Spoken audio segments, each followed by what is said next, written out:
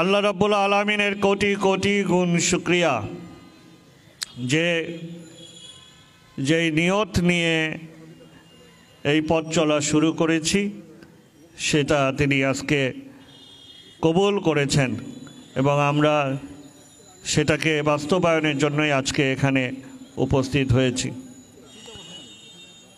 এটা আল্লাহ রাব্বুল আলামিনের কুদরত ছাড়া, তার কারিশমা ছাড়া, তার রহমত ছাড়া এটা সম্ভব না। এবং তিনি যে আমাদের নেক নিয়ত যে তিনি কবুল করেছেন তারই আজকের এই বহিঃপ্রকাশ। তো আল্লাহ রাব্বুল আলামিনের কোটি কোটি গুণ শুকরিয়া আদায় করি। আমরা যখন কাজ করি তখন তার পিছে অনেক যে কাজটি দৃশ্যমান হয় তার পূর্বে অনেক কাজ করতে হয়, অনেক পরিকল্পনা করতে হয়, অনেক খুঁটিনাটি বিষয়গুলোকে সমস্যাগুলোকে সমাধান করতে হয়। আবার অনেক কাজ সেটা বিভিন্নভাবে এমনভাবে করা হয় যে মূল কাজকে যাতে করে বিঘ্ন ঘটানো হয়।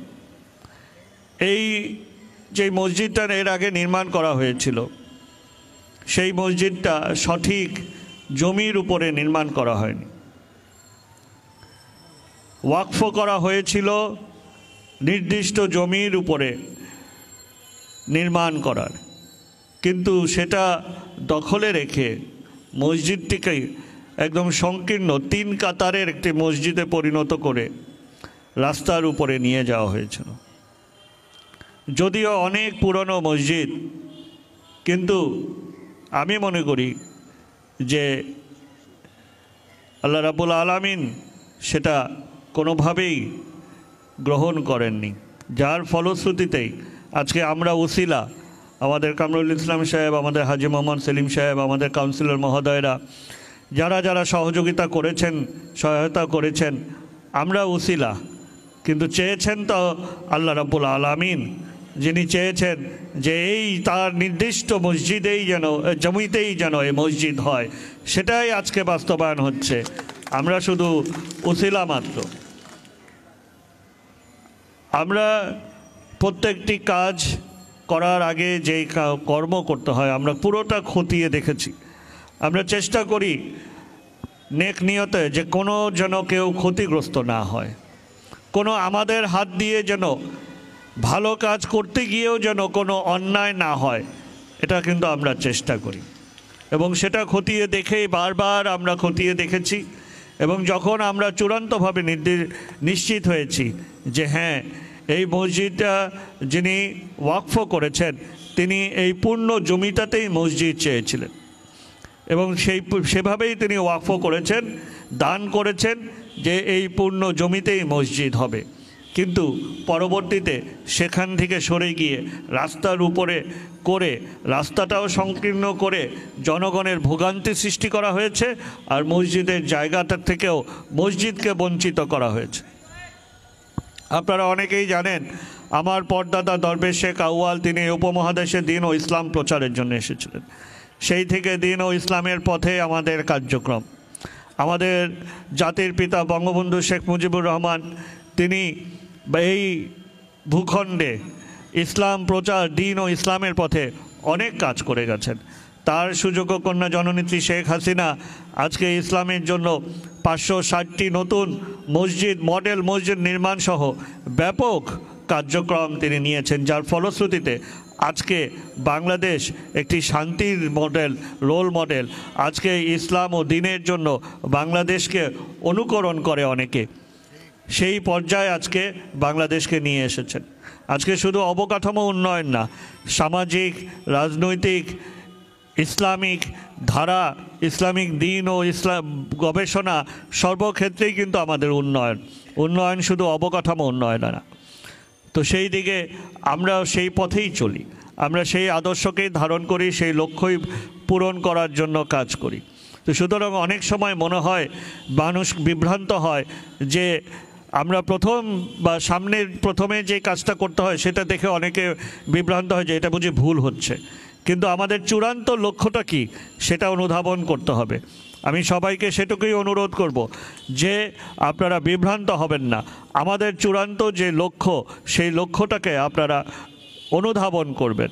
আমাদের চূড়ান্ত লক্ষ্য যে এই বকশীবাজার কেন্দ্রীয় জামে মসজিদ পূর্ণরূপে তার নিজস্ব জমিতে নির্মিত হবে এবং যার ফলশ্রুতিতে আর কোনো দিন এটা ভাঙার বা এটাকে পরিবর্তন করার চিন্তা আর কারো আসতে পারবে না। আমরা স্থায়ীভাবে এই সমাধান করছি। কারণ এই যে মসজিদটা 3 কাতারে ছিল, এই এলাকাবাসী কিন্তু সঠিকভাবে নামাজও আদায় করতে পারেনি। অনেককেই দূর দূরান্তর গিয়ে কিন্তু নামাজ আদায় করতে হয়েছে। তার সাথে সাথে মানুষের ভোগান্তি, এই রাস্তা সংকীর্ণ। এখানে আসতেই দেখা যায় যে এই মনে হচ্ছিল মসজিদটা বুঝি রাস্তা খেয়ে নিয়েছে। মসজিদের তো দোষ না, মসজিদের তো দোষ না, কিন্তু মনে হচ্ছিল যে মসজিদটার কারণেই বুঝি রাস্তাটা সংকীর্ণ হয়ে আছে। কিন্তু মসজিদের কারণে রাস্তা সংকীর্ণ না, যারা মসজিদের জমি দখল করে নিয়েছে তাদের জন্য রাস্তা সংকীর্ণ ছিল। আজকে সেই অন্যায়টাকে আল্লাহ রাব্বুল আলামিনের শুকরিয়া আদায় করি, আমরা অন্যায়টাকে অন্যায় মুক্ত করে আমরা সঠিক কাজটি আজকে বাস্তবায়ন করতে পারছি। তাই আবারও আল্লাহ রাব্বুল আলামিনের শুকরিয়া আদায় করি এবং সংশ্লিষ্ট সকলেই যারা নিবেদিতভাবে কাজ করেছেন তাদেরকে ধন্যবাদ জানাই। আমরা যেমনি আজকের এই কার্যক্রমের মাধ্যমে আমরা এই রাস্তা যেরকম 2 সারি 4 সারি করতে পারছি, যেটা ভিতরে ছিল এদিকে এসে সংকীর্ণ হয়ে গিয়েছিল। সুতরাং এটা জনকল্যাণে একটা ব্যাপক, আমি যখন প্রথম নির্বাচনে মেয়র নির্বাচনে এসেছিলাম এই চকবাজার মৌলভীবাজার এলাকায়, ইসলামবাগ এলাকায়, তখন একটাই মানুষের কথা ছিল যে এই রাস্তাটা কিভাবে প্রশস্ত করা যায়, এই রাস্তাটা কিভাবে বড় করা যায়। আমরা তো ভিতরে ঢুকতে পারি না, আমরা বের হতে পারি না, এই বিষয়টি।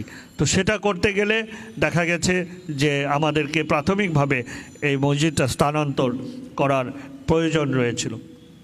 সেই প্রেক্ষিতে আজকে ঢাকাবাসী, পুরাতন ঢাকাবাসী, এই এলাকার ব্যবসায়ীবৃন্দ, চকবাজার এলাকাবাসী সকলেই যেমনি উপকৃত হচ্ছেন, তার সাথে সাথে মসজিদ তো নিজস্ব জমিতে হচ্ছে এবং তার সাথে সাথে এখানে একটি পানির পাম্প আছে, সেই পানির পাম্পটাও কিন্তু আমরা সরাইনি। এটাও একটি বড় বিষয়, কারণ কোনো যেন ভোগান্তি না হয়, আমরা পানির পাম্পটা রেখেই কিন্তু মসজিদ নির্মাণ করছি। এবং মসজিদটা আমাদের মসজিদ কমিটির, আমাদের খতিব এবং ইমাম সাহেব সহ ওনারা নকশা দেখে দিয়েছেন। ওনারা নকশা পছন্দ করার পরেই আমরা বাকি কাজ আরম্ভ করেছি এবং এটা একচোটে আমরা 8 তলা ওনাদের মতামতের ভিত্তিতেই আমরা 8 তলা পর্যন্ত আমরা ভিত্তি করেছি। আমরা 5 তলা এর জন্য প্রাথমিকভাবে করছি এই কারণে যে আমরা দ্রুত মসজিদটা নির্মাণ সম্পন্ন করে হস্তান্তর করতে চাই। এর জন্যই আমরা প্রাথমিকভাবে 5 তলা করে সম্পন্ন করে এটা মুসল্লিদের জন্য খুলে দিতে চাই।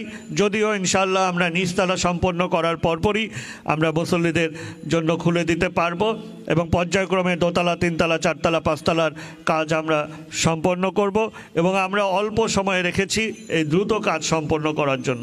এরকম একটি ভবন নির্মাণ করতে দেখা যায় সরকারি কাজে কয়েক বছর লেগে যায়, কিন্তু আমরা আমাদের সেভাবেই আমরা ঠিকাদার নিয়োগ করেছি যে ইনশাআল্লাহ আজকে থেকে কাজ শুরু হলে ইনশাআল্লাহ 2025 সালের নভেম্বরের মধ্যেই যেন 5 তলা পুরোটা নির্মাণ করে আমরা উন্মুক্ত করে দিতে পারি, খুলে দিতে পারি, সেইভাবেই আমরা এটা নির্দিষ্ট করেছি। আপনারা দোয়া করবেন যাতে করে আমরা একদম নির্দিষ্ট সময়ের মধ্যে এই কাজটি সম্পন্ন করতে পারি। আমরা সেরকমইভাবেই ঠিকাদার নিয়োগ করেছি এবং সেভাবেই তাকে আমরা নির্দেশনা দিয়েছি যাতে করে একদিনও যেন এই কাজের কোনো কারণে যেন বিলম্ব না হয়।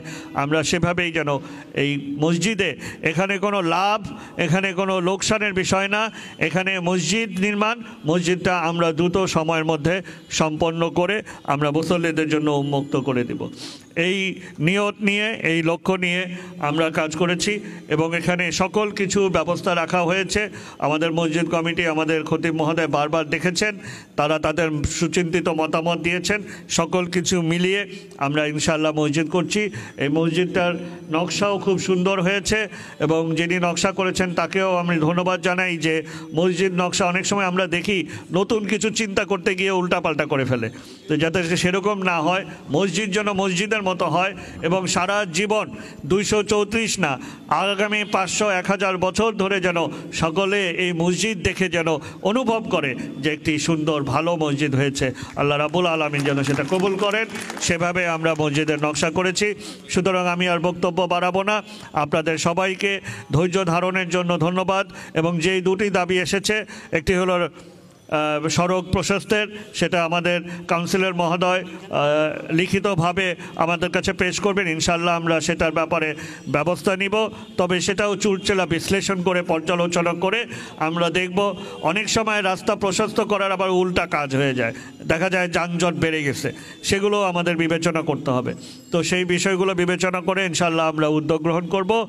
আর যারা এখানে দখলে ছিলেন, আমাদের কারো প্রতি কোনো বিদ্বেষ বা রাগ নেই।